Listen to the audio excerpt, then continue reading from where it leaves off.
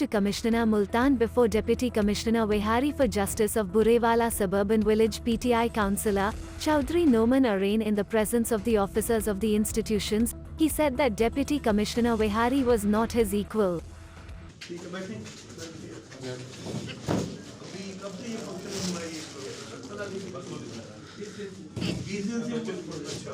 और अब तक कितनी फर्दें जारी हो चुकी हैं?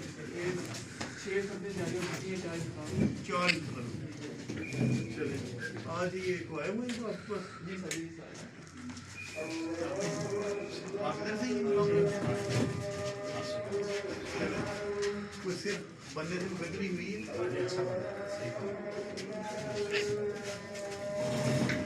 बैठे ਇਸ ਤੋਂ ਵੱਡੀ ਸਹੂਲਤ ਜਿਹੜੀ ਇਹ ਚੱਕਾ ਦੇ ਵਿੱਚ ਆ ਗਿਆ ਜਿਹੜਾ ਸ਼ਹਿਰ ਤੱਕ ਇਹ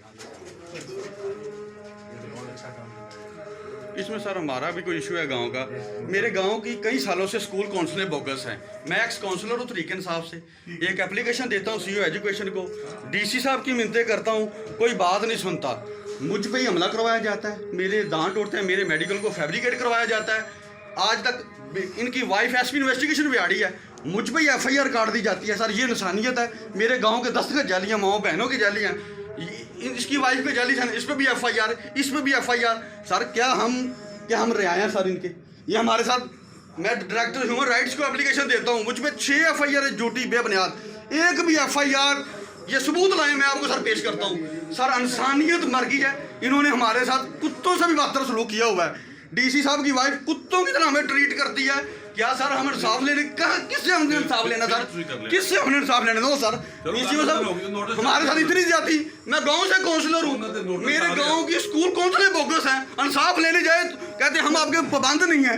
सर किससे इंसाफ लेना हमने? किससे इंसाफ लेना सर हमने? हमें मेरे साथ हमें गाजर मूली की तरह काट के जिंदा जमीन में दफन किया हुआ है। क्या जुर्म है हमारा सर? हम इंसाफ लेना हमारा जुर्म है? चले अब सुन ली बात। एक बंदा सर नौकरी नहीं करता। Thank you.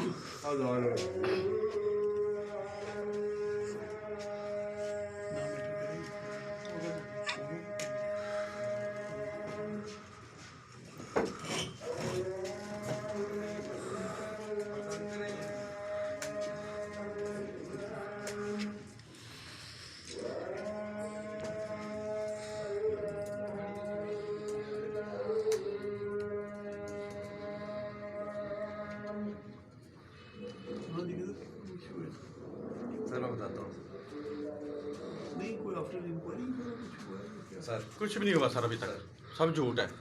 थोड़ा जा कोई अपने तौर पर इलाके च अमल करे ਜਿਹੜੇ ਸੀਨੀਅਰ ਜ਼ਿੰਮੇਦਾਰ ਜਾਂ ਮਜ਼ਦੂਰ ਸਰ ਕਰਦੇ ਨੇ ਮਜ਼ਦੂਰੀ ਕਰਦੇ ਰਹੇ ਰਾਤ ਨੂੰ ਡਿਊਟੀਆਂ ਦੇ ਕੇ ਥੱਕੀਆਂ ਨੇ ਫਿਰ ਗਾਲ ਆ ਜਾਂਦੇ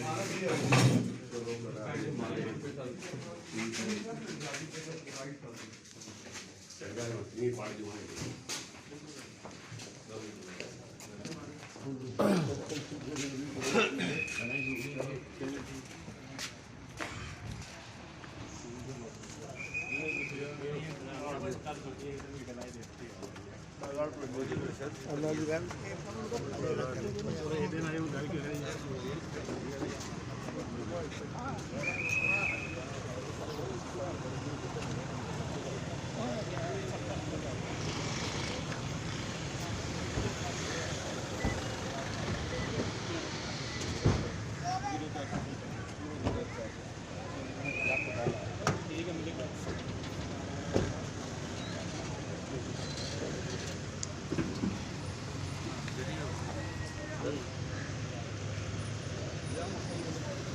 आप पीछे आ जा यार, मैं कुनाल नाल आ रहा।